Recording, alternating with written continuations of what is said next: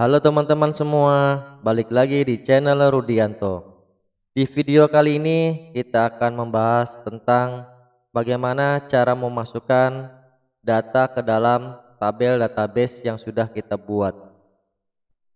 Oke, langsung saja teman-teman. Ini adalah tabel database yang sudah kita buat di video sebelumnya dengan file, nomor ID, nama, jengkel, kota, kode pos, tanggal lahir. Oke, sekarang bagaimana cara memasukkan data ke dalam tabel ini? Oke, ini masih kosong teman-teman ya. Belum ada data, hanya sebagai file saja, tabel biasa. Oke, teman-teman langsung saja di sini untuk memasukkan data, perintahnya adalah insert into. Lalu kita panggil tabel karyawannya. Oke, seperti ini, insert into, lalu kita panggil tabelnya. Oke, seperti ini. Kalau sudah, teman-teman enter biar enak dibaca perintahnya. Lalu nama kita panggil. Di sini kenapa saya langsung masuk ke file nama? Karena kalau kita masuk ke nomor ID, di sini sudah tertera bahwa untuk nomor ID kita jadikan sebagai auto increment. Jadi auto increment ini adalah secara otomatis datanya akan terbentuk dan terurut lalu dijadikan primary key. Ini sudah ada penjelasannya di video-video sebelumnya. Oke, kita langsung saja dari nama sampai tanggal lahir kita ketikkan teman-teman.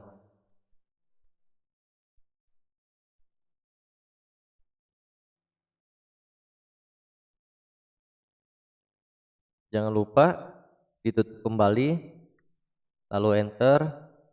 Kita berikan perintah values. Lalu kita masukkan nih nama ini namanya siapa. Jadi sesuai dengan jumlah di sini teman-teman. Di sini ada jumlahnya 5. Jadi kita masukkan datanya ada 5 di sini. Jadi sesuai. Kalau nama kita ketikkan namanya siapa. Ini bebas teman-teman. Namanya siapa saja ya. Lalu jenis kelaminnya kita hanya bikin satu karakter. Di sini kan satu karakter jengkel. Hanya satu karakter. Satu di sini. Jadi ketikkan seperti ini.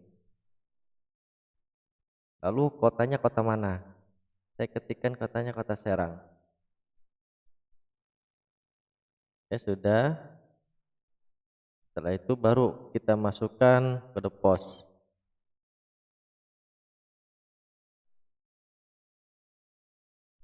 Kita masukkan tanggal lahir. Ini tanggal lahir bebas juga, tanggal lahir teman-teman ya.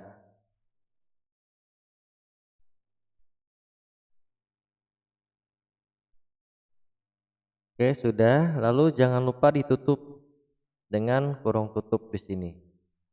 Setelah itu baru kita berikan titik koma, karena setelah titik koma ini tidak ada perintah lagi. Kita enter. Oke, di sini sudah jelas bahwa ada keterangan salah engkau kolom. Jadi K kota.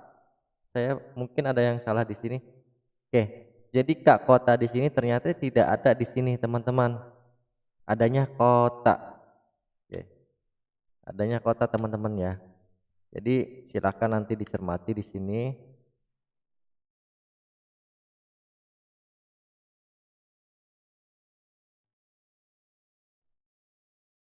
Oke, di sini yang salah tadi. Harusnya kota bukan K kota. Enter. Lalu di sini perintah values. Di sini isinya seperti ini. Kita enter teman-teman.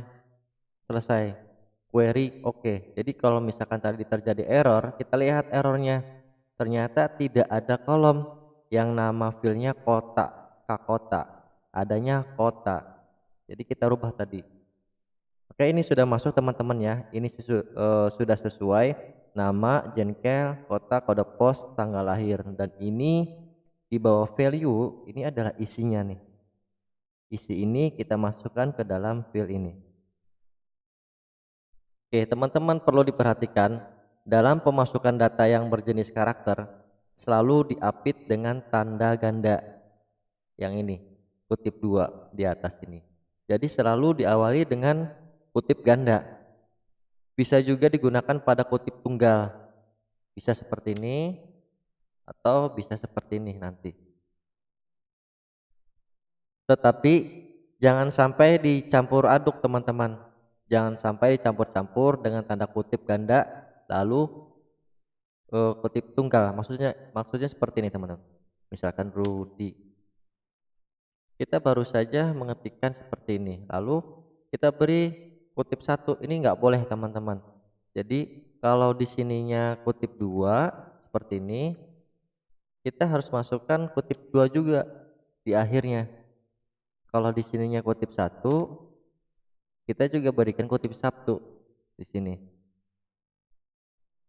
Oke ya teman-teman, begitu. Sekarang perlu diperhatikan juga pada penulisan tanggal lahir menggunakan format tahun di sini. Jadi saya menggunakan format tahun. Misalkan tadi 1987 seperti ini. Yang di sini teman-teman. 1980 misalkan 1980. Di sini tahun, lalu bulan, setelah itu di sini tanggalnya. Nah, gini.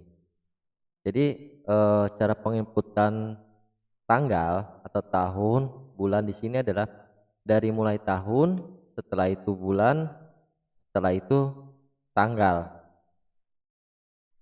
Jadi memang agak janggal, tapi begitulah memang standar MySQL untuk format penulisan tanggal. Kalau Anda perhatikan lebih teliti, mengapa kita tidak memasukkan data untuk kolom nomor ID tadi yang tadi saya sebutkan di awal. Nah, di sini kan bersifat kolomnya auto increment teman-teman. Jadi khawatir teman-teman lupa di awal video sebelumnya bahwa nomor ID di sini adalah kita gunakan auto increment. Jadi kita tidak perlu mengisikannya untuk mengisi datanya karena nomor ID ini secara otomatis terisinya.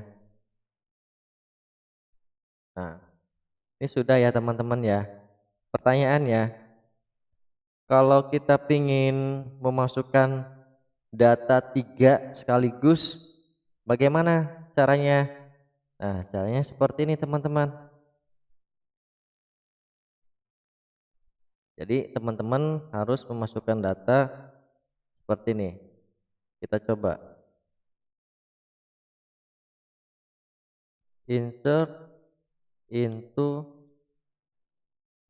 karyawan. Nah, lalu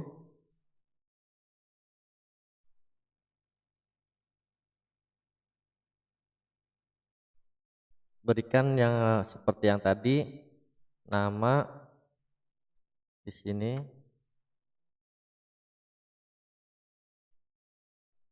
Oke, seperti ini ya. Masih sama. Lalu values-nya. Jangan sampai lupa nih teman-teman. Ini values ini adalah memasukkan datanya. Jadi di sini datanya nanti. Lalu jangan sampai lupa di sini masukkan saja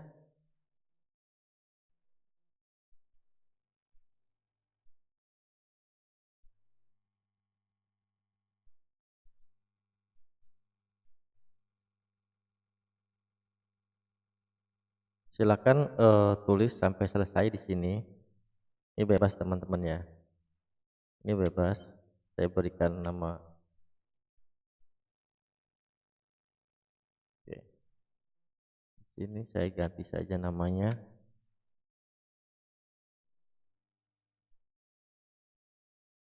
Oke. Seperti ini.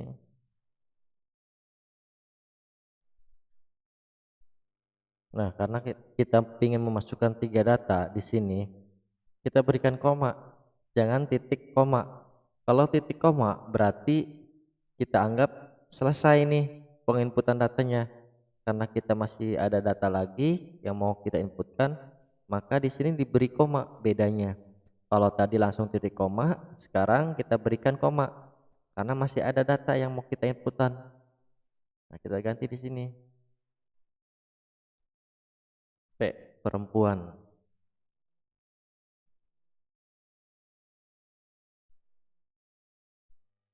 Seperti ini.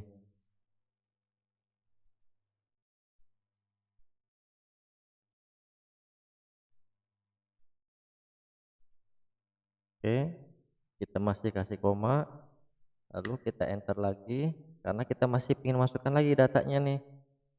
Kita ganti di sini.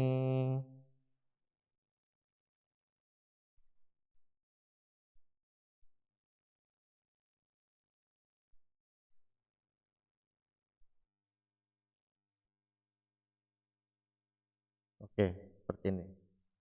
Saya ganti. Nah, di sini saya udah nih cukup 3 yang saya mau masukkan datanya. Setelah itu kita klik enter. Oh ya, jangan lupa di sini di akhir karena tidak ada data lagi yang mau dimasukkan, tinggal klik titik koma lalu enter. Oke, selesai. 3 data sudah kita masukkan di sini.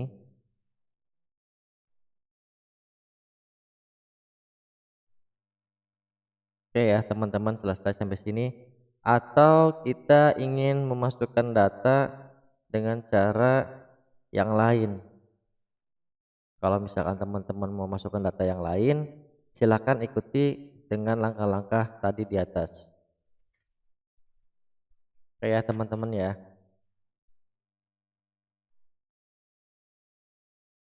Nah, sekarang bagaimana nih setelah kita melihat data yang tadi kita masukkan, kita pengen lihat nih datanya nih, bener nggak sih sudah masuk datanya? Nah, caranya kita masukkan perintah seperti ini, teman-teman. Select, lalu kasih bintang, kasih from. Jangan lupa di sini karyawan, titik koma. Jadi kita menggunakan perintah select. Perintah select ini adalah perintah yang akan sering kita gunakan nantinya. Nah, dengan cara yang paling mudah seperti ini, kita awali dengan cara melihat data di dalam tabel karyawan. Oke, kita cek di sini, lalu enter. Select bintang. Oh ya, ada kesalahan di sini. Di sini karyawan, teman-teman. Karyawan. Karena kita ingin melihat data tabel karyawan. Oke, selesai. Oke, bisa dilihat teman-teman. Ini adalah data yang tadi kita masukkan tadi nih. Ada Rudianto, Edi, Rizka, Mi di sini. Ini sudah ada datanya. Jadi cara untuk melihatnya adalah select bintang from karyawan. Jadi di sini ada perintah seperti itu. Ada kutip 2. Di sini adalah pengkutip 2 teman-teman ya, tapi mohon maaf bintang di sini. Select bintang from karyawan. Nah, bintang di sini maksudnya adalah menampilkan seluruh data yang ada di dalam tabel karyawan. Ya, seperti itu. Lalu untuk video selanjutnya, teman-teman akan mempelajari bagaimana kalau kita menampilkan data di dalam tabel ini hanya beberapa saja. Kalau ini kan menyeluruh nih teman-teman. Select bintang from karyawan. Kita ingin menampilkan datanya hanya file nama sama jenis kelamin saja nih. Kita hanya butuh nama, jenis kelaminnya. Sedangkan file kota, kode pos, tanggal lahir kita tidak mau tampilkan. Seperti itu. Nah, bagaimana caranya? Kita lihat nanti di video selanjutnya. Oke, teman-teman, jangan lupa like, subscribe, dan bunyikan loncengnya untuk pemberitahuan atau informasi video yang diupload terbaru. Oke, terima kasih kawan-kawan. Sampai jumpa di video selanjutnya.